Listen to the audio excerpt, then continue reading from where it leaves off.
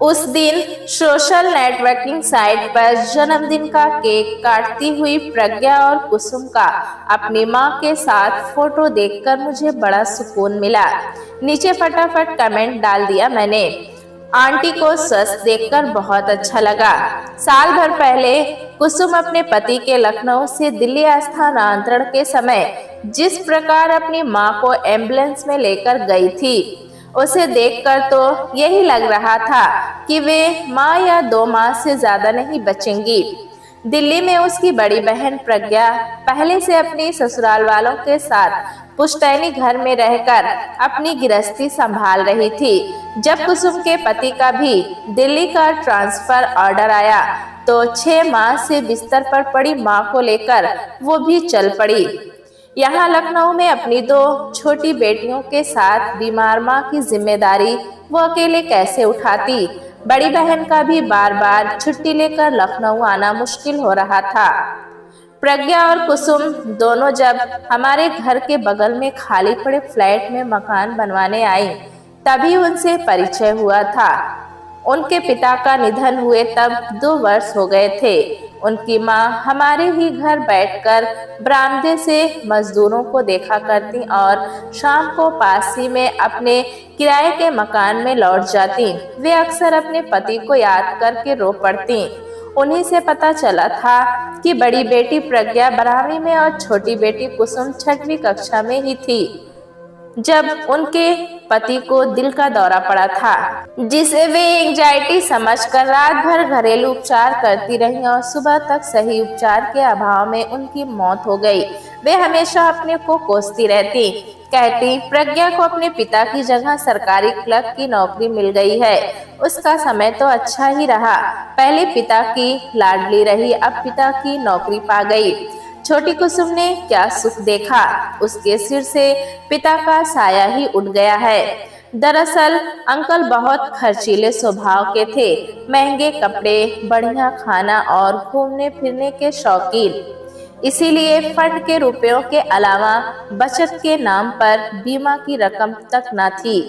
प्रज्ञा हमेशा कहती, मैं ही इसके पिता हूँ, मैं इसकी पूरी जिम्मेदारी लेती हूँ, इसको भी अपने पैरों पर खड़ा करूंगी।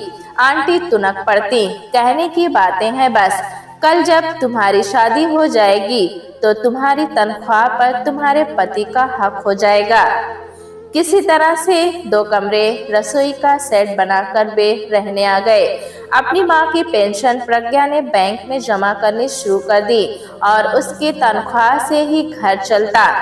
उस पर भी आंटी उसे धौंस देना ना भूलती, अपने पापा की जगह तुझे मिल गई है, कल को अपनी ससुराल चली जाएगी, फिर हमारा क्या होगा।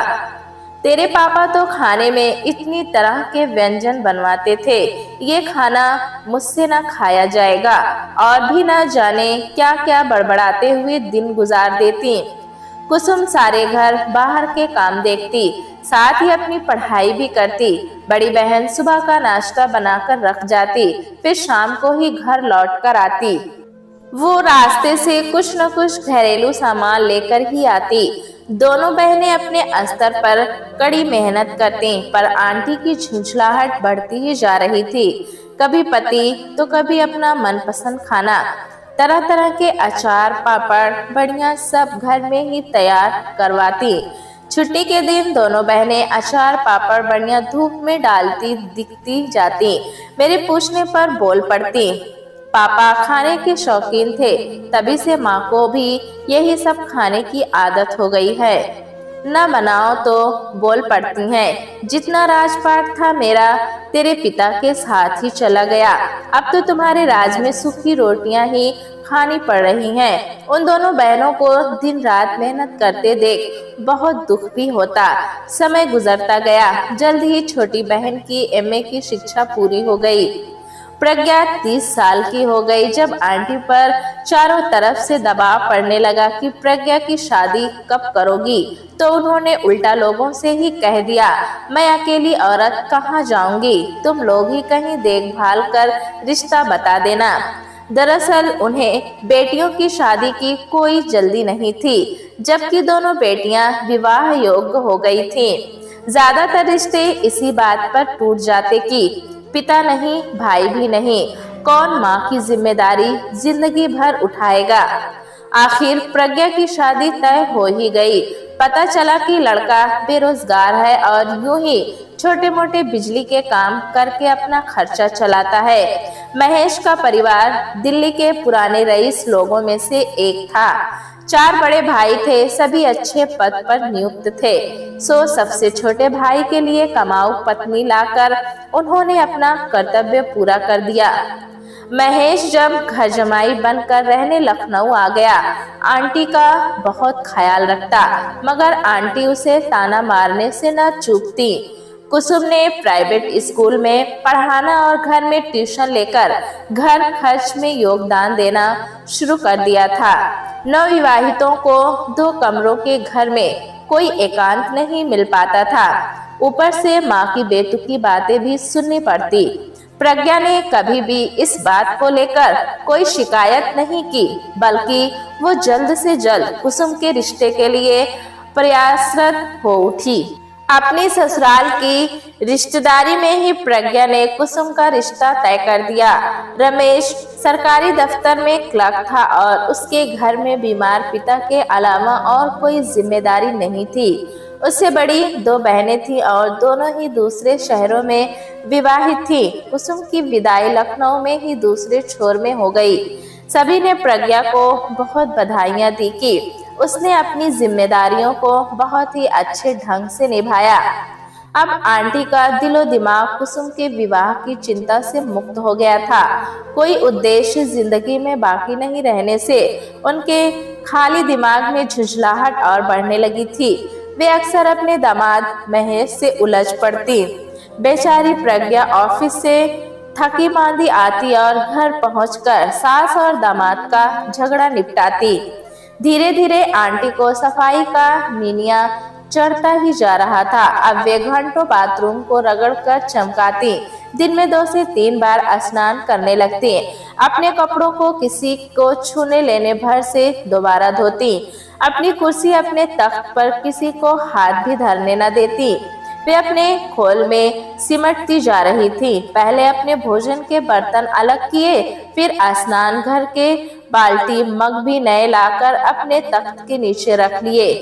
प्रज्ञा के पूछने पर बोली, मेरा सामान कोई छुए तो मुझे बहुत घिन आती है, बार बार मांजना पड़ता है। अब मैंने अपने इस्तेमाल का सारा सामान अलग कर लिया है, अब तुम लोग इसे हाथ भी मत लगाना। प्रज्ञा को अपने पति महेश के समक्ष शर्मिंदगी उठानी पड़ती। हर समय घर में शोर मचा रहता, बिना नहाए ये ना करो वो ना करो, मेरी चीजों को न छुओ, मेरे वस्त्रों से दूर रहो आदि।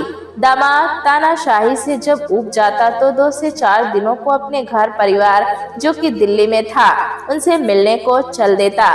प्रज्ञा अपनी माँ को समझाए या पति को समझ न पाती, किसी तरह अपनी गृहस्थी बचाने की कोशिश में जुटी रहती। इन 4 सालों में वो 2 बच्चों की माँ बन गई। खर्चे बढ़ने लगे थे और माँ अपनी पेंशन का 1 पैसा खर्च करना नहीं चाहती। वे उल्टा उन दोनों को सुनाती रहती, ये तनख्वाह जो प्रज्ञा को मिलती है अपने बाप की जगह पर मिलती है। उनका सीधा मतलब होता कि उन्हें पैसे की धौंस न देना। आंटी आए दिन अपने मायके वालों को दावत देने को हमेशा तैयार रहती। वे खुद भी बहुत चटोरी थी, इसलिए लोगों को घर बुलाकर दावत कराती। जब भी उन्हें पता चलता कि इलाहाबाद से उनके भाई या बनारस से बहन लखनऊ किसी शादी में शामिल हो रहे हैं तो तुरंत अपने घर पर खाने और रुकने का निमंत्रण देने को तैयार हो जाती। घर में जगह कम होने की वजह से जो भी आता भोजन के पश्चात रुकने के लिए दूसरी जगह चला जाता, मगर उसके लिए उत्तम भोजन का प्रबंध करने में प्रज्ञा के बजट पर पूरा असर पड़ता। वो माँ को लाख समझाती, देखो मम्मी, मामा मौसी लोग तो संपन्न हैं, वे अपने घर में क्या खाते हैं क्या नहीं, हमें इस बात से कोई मतलब नहीं है, मगर वे हमारे घर आए हैं तो जो हम खाते हैं वही तो खिलाएंगे। वैसे भी हमारी परेशानियों में किसने आर्थिक रूप से कुछ मदद की है जो उनके स्वागत में हम पलक पाड़े बिछा दें। लेकिन आंटी के कानों में जूं न रेंगती। उन्हें अपनी झूठी शान और अपनी जीभ के स्वाद से समझौता करना पसंद नहीं था। आंटी को आंखों से कम दिखने लगा था। एक दिन रिक्शे से उतरकर भीतर आ रही थी तो पत्थर से ठोकर खाकर गिर पड़ी। अब तो अंधेरा होते ही उनका हाथ पकड़कर अंदर बाहर करना पड़ता। अब उन्होंने एक नया नाटक और सीख लिया। दिन रात टॉर्च जलाकर घूमती। प्रज्ञा अपने कमरे में ही अपने छोटे बच्चों को भी सुलाती, क्योंकि उसकी माँ तो अपने कमरे में बच्चों को घुसने भी न देती। अपने तख्त पर सुलाना तो दूर की बात थी, आंटी को फिर भी चैन न पड़ता। रात में उनके कमरे का दरवाजा खटकाकर कभी दवा पूछती तो कभी पानी मांगती। आंटी के कमरे की बगल में ही रसोई घर है, मगर रसोई घर से पानी लेना छोड़ वे प्रज्ञा और महेश को डिस्टर्ब करती। ऐसा वे उस दिन जरूर करती जब उन्हें उनके कमरे से हंसी मजाक की आवाज सुनाई देती। प्रज्ञा अपनी माँ को क्या कहती, लेकिन महेश का मूड ऑफ हो जाता। आंटी उनकी शादीशुदा जिंदगी में सेंध लगाने लगी थी। इस बीच आंटी की दोनों आंखों के मोतियाबिंद के ऑपरेशन भी हुए। उस समय भी दोनों पति पत्नी ने पूरा ख्याल रखा। फिर भी आंटी का असंतोष बढ़ता ही गया। उधर कुसुम के बीमार ससुर जब चल बसे तब जाकर उसके मायके के फेरे बढ़ने लगे। ऐसे में आंटी कुसुम से प्रज्ञा की खूब बुराई करती और अपना रोना रोती। वे दोनों अपने कमरे में मगन रहते हैं, मेरा कोई ध्यान नहीं रखता, मेरी दोनों आंखें फूट गई हैं। कुसुम समझा बुझाकर चली जाती। इधर महेश का मन उबने लगा था। एक तो उसकी आमदनी व काम में कोई इजाफा नहीं हो रहा था, ऊपर से सास के नखरे। प्रज्ञा और उसके बीच झगड़े बढ़ने लगे थे। प्रज्ञा न तो माँ को छोड़ सकती थी और न ही पति को। दोनों की बातें सुन वो चुप रहती। प्रज्ञा का प्रमोशन और ट्रांसफर जब दिल्ली हो गया तो उसने चैन की सांस ली और अपनी माँ से भी दिल्ली चलने को कहा तो उन्होंने साफ मना कर दिया। वे अपनी सत्संग मंडली छोड़कर कहीं जाना नहीं चाहती थी। प्रज्ञा के खर्चे दिन ब दिन बढ़ते ही रहे थे। महेश की कोई निश्चित आमदनी नहीं थी। प्रज्ञा ने कुसुम को बुलाया कि वो माँ को समझा बुझाकर साथ में दिल्ली चलने को तैयार करे, मगर वे अपना घर छोड़ने को तैयार ही न हुई। अंत में ये फैसला हुआ कि प्रज्ञा अपने परिवार के साथ दिल्ली चली जाए और कुसुम अपने पति के साथ मायके रहने आएगी। अपने ससुराल के एक हिस्से को कुसुम ने किराए पर चढ़ा दिया और अपनी माँ के संग रहने को चली आई। आखिर वे दोनों अपनी माँ को अकेले कैसे छोड़ देती, वो भी 70 साल की उम्र में। कुसुम मायके में रहने आ गई, किंतु अभी तक तो वो माँ से प्रज्ञा की ढेरों बुराइयों को सुन दीदी जीजा जी को गलत समझती थी। अब जब ऊंट पहाड़ के नीचे आया तो उसे पता चला कि उसकी माँ दूसरों को कितना परेशान करती है। उसकी 2 छोटी बेटियां भी थी और घर में सिर्फ 2 ही कमरे, इसीलिए वो अपनी बेटियों को माँ के साथ सुलाने लगी। माँ को ये मंजूर नहीं था। कहने लगी, प्रज्ञा के बच्चे उसके साथ ही उसके कमरे में सोते थे, मैं किसी को अपने साथ नहीं सुला सकती। कुसुम ने 2 फोल्डिंग चारपाई बिछाकर अपनी बेटियों के सोने का इंतजाम कर दिया और बोली, पति को बच्चों को अपने संग सुलाना पसंद नहीं है और अगर कोई तुम्हारा सामान छुएगा तो मैं घर में ही हूँ। जितनी बार कहोगी मैं उतनी बार धोकर साफ कर दूंगी। उसकी माँ इस पर क्या जवाब देती।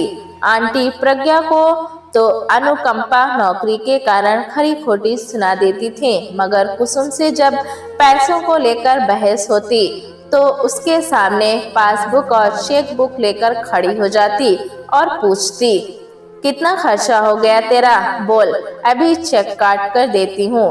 कुसुम उनका नाटक देख वहां से हट जाती। प्रज्ञा तो अपनी जॉब की वजह से शाम को ही घर आती थी और घर में बच्चे महेश के संग रहते थे। शाम को थकी हारी लौटने के बाद किसी किस्म की बहस या तनाव से बचना चाहती, सो वो अपनी माँ की हर बात को सुनकर उन्हें शांत रखने की कोशिश करती। मगर कुसुम घरेलू महिला होने के कारण दिन भर माँ की गतिविधियों पर नजर रखती। वो आंटी की गलत बातों का तुरंत विरोध करती। आंटी ने प्रज्ञा को परेशान करने के लिए जो नाटक शुरू किए थे, अब वे उनकी आदत और सनक में बदल चुके थे। कुछ दिन तो आंटी शांत रहीं, मगर फिर कुसुम के सुखी गृहस्थ जीवन में आग लगाने में जुट गई। कुसुम रात में आंटी को दवा खिला व सिरहाने पानी रख और अपनी बेटियों को सुलाकर ही अपने कमरे में जाती। लेकिन आंटी को कहाँ चैन पड़ता। रात में टॉर्च जलाकर पूरे घर में घूमती, कभी अचानक ही दरवाजा खटखटा देती और अंदर घुसकर टॉर्च से इधर उधर रोशनी फेंकती। उनसे पूछो तो कहती, मुझे कहाँ दिखता है, मैं तो इसे रसोई घर समझ रही थी। रमेश को अपनी निजी जिंदगी में दखलंदाजी बिल्कुल भी पसंद नहीं थी। अपनी बीवी के कहने से वो यहाँ रहने तो आ गया था, मगर उसका छोटे से घर में दम घुटता था। साथ ही उसे दिन भर सास के 100 नखरे सुनने को मिलते ही रात में भी वे उन्हें चैन से सोने न देती। कुसुम माँ को छोड़ नहीं सकती थी और प्रज्ञा से भी क्या कहती। अब तक वही तो इतने वर्षों तक माँ को संभाल रही थी। दोनों बहनों में सिर्फ फोन से ही बातें होती। कुसुम माँ की खाने की फरमाइशें देखकर हैरान हो जाती। अगर कुछ कहो तो माँ वही पुराना राग अलापती, तुम्हारे पापा होते तो आज मेरी ये गत न होती। ये सब सुनकर वो भी चुप हो जाती। मगर रमेश उबलने लगा था। उसने पीना शुरू कर दिया। अक्सर देर रात गए घर आता और बिस्तर पर गिरते ही सो जाता। कुसुम कुछ समझाना बुझाना चाहती भी तो वो अनसुना कर जाता। दोनों के बीच का तनाव बढ़ने लगा था, मगर आंटी को सिर्फ समय से अपनी सफाई, पूजा, सत्संग और भोजन से मतलब था। इनमें कोई कमी हो जाए तो चीख चीख कर वे घर सिर पर उठा लेती। अब हर वक्त प्रज्ञा को याद करती कि वो ऐसा करती थी, महेश मेरी कितनी सेवा करता था। ये सब सुनकर रमेश का खून खौल जाता। असल में महेश अपने भाइयों में सबसे छोटा होने के कारण सबकी डांट सुनने का आदी था, लेकिन रमेश 2 बहनों का इकलौता भाई होने के कारण लाडला पुत्र था। उसके बर्दाश्त की सीमा जब खत्म हो गई तो एक रात वो वापस घर ही नहीं आया। सब जगह फोन पर कुसुम हाथ पर हाथ धर बैठी गई। सुबह ननद का फोन आया कि वो हमारे घर में है। कानपुर से लखनऊ की पूरी महज 2 से 3 घंटे की तो है। सारी रात वो कहाँ था, इसका कोई जवाब ननद के पास भी नहीं था। फिर तो वो हर 15 दिन में बिना बताए गायब हो जाता और पूछने पर तलाक की धमकी देने लगा। कभी कहता, कौन सा सुख है इस शादी से, अंधी और लड़ाका सास और बेवकूफ बीबी, न दिन में चैन न रात में। कुसुम के शादीशुदा जीवन में तलाक की काली छाया मंडराने लगी थी। वो अक्सर मेरे सामने रो पड़ती। आंटी किसी की बात सुनने को तैयार ही नहीं होती। उस दिन उनकी चीख पुकार सुनकर मैं उनसे मिलने चली गई। पता चला कुसुम की छोटी बेटी रिनी की गेंद उछलकर उनके कमरे में चली गई। बस इतने में ही उन्होंने पूरा घर सिर पर उठा लिया। पूरा कमरा धो गया। दरवाजे, खिड़की, पर्दे, चादर सब धुलने के बाद ही उन्हें संतुष्टि मिली। कुसुम ने बताया, वो अपनी बेटियों को सिर्फ सोते समय ही माँ के कमरे में ले जाती है। बाकी समय वो अपना कमरा बंद कर बैठी रहती हैं ताकि रिनी और मिनी उनके सामान को हाथ न लगा सकें। वैसे मिनी 6 साल की हो गई है और बहुत समझदार भी है। वो दिन में तो स्कूल चली जाती है और शाम को दूसरे कमरे में ही बैठकर अपना होमवर्क करती है या फिर बाहर ही खेलती रहती है। लेकिन रिनी थोड़ी शैतान है। उसे नानी का बंद कमरा बहुत आकर्षित करता है। वो उसमें घुसने के मौके तलाश करती रहती है। रिनी दिन भर घर में ही रहती है और स्कूल भी नहीं जाती। आज जब माँ रसोई तक उठकर गईं तो दरवाजा खुला रह गया। रिनी ने अपनी गेंद उछालकर नानी के कमरे में डाल दी, फिर भागकर उठाने चली गई। क्या कहूँ इसे, 3 साल की छोटी बच्ची से ऐसा क्या अपराध हो गया जो मेरी माँ ने हम दोनों को इतने कटु वचन सुना दिए। तभी आंटी कमरे से निकलकर मुझसे उलझ पड़ी। तुम्हारी माँ ने तो तुम लोगों को कोई साफ सफाई सिखाई नहीं है। मैंने प्रज्ञा और कुसुम को कैसे काम सिखाया मैं ही जानती हूँ, मगर अपनी औलादों को ये कुछ ना सिखा सके। मैं मर क्यों नहीं जाती? क्या यही दिन देखने बाकी रह गए थे? बेटियों के रहमो करम पर पड़ी हूँ। इसी बात का फायदा उठाकर सब मुझे परेशान करते हैं। कुसुम, तेरी भी तो बेटियां हैं, तू भी जब मेरी स्थिति में आएगी ना तब तुझे पता चलेगा। मैं ये सब सुनकर सन्न रह गई। ऐसा अनर्गल प्रलाप, वो भी अपनी बेटी के लिए। कुसुम अपनी बेटी को गोद में लेकर मुझे छोड़ने गेट तक आ गई। ऐसी माँ देखी है कभी जो सिर्फ और सिर्फ अपने लिए जी रही हो? मैं क्या जवाब देती? रमेश भी परेशान हो चुका है इनकी हरकतों से।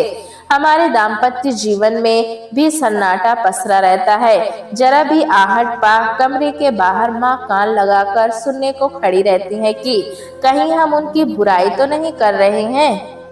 ऐसे माहौल में हमारे संबंध नॉर्मल कैसे रह सकते हैं? अब तो रमेश को भी घर से दूर भागने का बहाना चाहिए। पता नहीं अपनी बहनों के घर जाता है या कहीं और। किस मुंह से उससे जवाब तलब करूं? जब अपनी माँ ही ऐसी हो तो दूसरे से क्या उम्मीद रखना। आंटी का सनकीपन बढ़ता ही जा रहा था। उस दिन रिनी का जन्मदिन था, जिसे मनाने के लिए कुसुम और उसकी माँ में पहले ही बहुत बहस हो चुकी थी। आंटी का कहना था घर में बच्चे आएंगे तो यहाँ वहाँ दौड़ेंगे, सामान छुएंगे। कुसुम ने कहा, तुम 2-3 घंटे अपने कमरे को बंद कर बैठ जाना, ना तुम्हें कोई छुएगा ना ही तुम्हारे सामान को। जब आंटी की बात कुसुम ने नहीं सुने तो वे बहुत ही गुस्से में आ गए। जन्मदिन की तैयारियों में जुटी कुसुम की उन्होंने कोई मदद नहीं की। मैं ही सुबह से 2-3 बार उसकी मदद करने को जा चुकी थी। शाम को सिर्फ 10 से 12 की संख्या में बच्चे एकत्रित हुए और 2-2.5 घंटे में लौट गए। आंटी कमरे से बाहर ही नहीं आए। 8 बज गए तो कुसुम ने आंटी को डिनर के लिए पुकारा। तब जाकर वे अपने कोक भवन से बाहर निकली। शायद उन्हें जोरों की भूख लग गई थी। वे अपनी कुर्सी लेकर आईं और बरामदे में बैठ गईं। तभी रमेश अपने किसी मित्र को साथ लेकर घर में पहुंचा। उन्हें अनदेखा कर कुसुम से अपने मित्र का परिचय कराकर वो बोला, ये मेरा बचपन का मित्र जीवन है। आज अचानक गोल मार्केट में मुलाकात हो गई, इसीलिए मैं इसे अपने साथ डिनर पर ले आया कि थोड़ी गपशप साथ में हो जाएगी। कुसुम दोनों को खाना परोसने को उठकर रसोई में पहुंची ही थी कि बरामदे से पानी गिराने और चिल्लाने की आवाज आने लगी। आंटी साबुन और पानी की बाल्टी लेकर अपनी कुर्सी व बरामदे की धुलाई में जुट गई थी। दरअसल जीवन ने बरामदे में बैठकर सिगरेट पीते समय आंटी की कुर्सी का इस्तेमाल कर लिया था। आंटी रसोई से खाना खाकर जब निकली तो जीवन को अपनी कुर्सी पर बैठा देख आग बबूला हो गई और फिर क्या था, अपने रौद्र रूप में आ गई। जीवन बहुत खिसियाया। रमेश और कुसुम भी मेहमान के आगे शर्म से गड़ गए। दोनों ने जीवन को मां की मानसिक स्थिति ठीक न होने का हवाला देकर बात संभाली। दरअसल आंटी अपने पति की मृत्यु के बाद से खुद को असुरक्षित महसूस करने लगी थी। वे ज्यादा पढ़ी लिखी न होने के कारण हीन भावना से ग्रस्त रहते। दूसरे लोगों से ये सुन करके तुम्हारा कोई बेटा ही नहीं है, उन्होंने अपनी पकड़ बेटियों पर बनाए रखने के लिए जो चीख पुकार और धौंस दिखाने का रास्ता अख्तियार कर लिया था, वो बेटियों को बहुत भारी पड़ रहा था। एक दिन आंटी रात में टॉर्च जलाकर घूम रही थी कि किसी सामान में उलझकर गिर पड़े। उनके सिर में अंदरूनी चोट आ गई थी। उस दिन से जो बिस्तर में पड़ी तो उठ ही ना पाई। 6 महीने गुजर गए, लगता था कि अब गई कि तब गई। इसी बीच रमेश का भी तबादला दिल्ली हो गया। कुसुम ने अपनी माँ को एम्बुलेंस में दिल्ली ले जाने का फैसला कर लिया। जब वे जा रही थी तब यही कह रही थी, पता नहीं वे दिल्ली तक सही सलामत पहुंच भी पाएंगी या नहीं। मौका पाते ही मैंने कुसुम को फोन लगाया और हाल चाल पूछे। उसने बताया, यहाँ दीदी के ससुराल वालों का बहुत बड़ा पुश्तैनी घर है। मैंने भी इसी में एक हिस्से को किराए पर ले लिया है। अब हम दोनों बहनें मिलकर उनकी देखभाल कर लेती हैं, अपनी अपनी सुविधा अनुसार। और तुम्हारे पति का मिजाज कैसा है? उनकी तो एक ही समस्या रहती थी, हमारी प्राइवेसी की। वो यहाँ आकर सुलझ गई। मैं भी अपने पति और बच्चों को पूरा समय दे पाती हूँ। उसकी आवाज की खनक में महसूस कर रही थी। और आंटी खुश हैं कि नहीं, या हमेशा की तरह खींचती रहती हैं? माँ को तो अल्जाइमर रोग लग गया है, वे सब कुछ भूल जाती हैं। कभी कभी कुछ बातें याद भी आ जाती हैं तो थोड़ा बहुत बड़बड़ाने लगती हैं, वैसे शांत ही रहती हैं। अब वे ज्यादा बातें नहीं करती, बस उनका ध्यान रखना पड़ता है कि वे अकेले ना निकले घर से। यहाँ दीदी के ससुराल वालों का पूरा सहयोग मिलता है। तुम्हारी माँ धन्य है जो इतनी समझदार बेटियां मिली हैं उनको। मैं तो हमेशा माँ की जगह पर खुद को रखकर देखती थी और इसीलिए शांत मन से उनके सारे काम करती थी। मेरी भी 2 बेटियां हैं। माँ पहले ऐसी नहीं थी। पापा का अचानक जीवन के बीच भंवर में छोड़ जाना वे बर्दाश्त न कर सके और मानसिक रूप से निर्बल होती चली गईं। शायद वे अपने भविष्य को लेकर भयभीत हो उठी थी। चलो अब सब ठीक है, जैसी भी है आखिर वे हमारी माँ है और माँ सिर्फ माँ होती है। और मैं उसकी बात से पूरी तरह सहमत हूँ। प्यारे दोस्तों, कहानी कैसी लगी हमें कमेंट में ज़रूर बताएं। चैनल पे नए हैं तो एक लाइक और सब्सक्राइब करना ना भूलें।